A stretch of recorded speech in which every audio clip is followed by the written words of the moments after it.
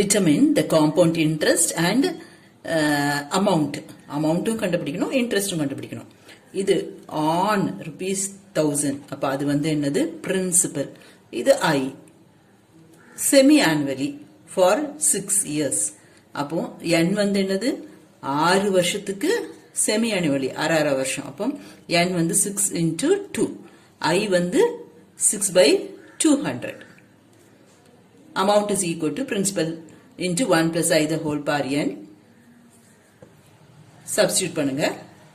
உங்களுக்கு அமௌண்ட் வந்து 1425 வரும்.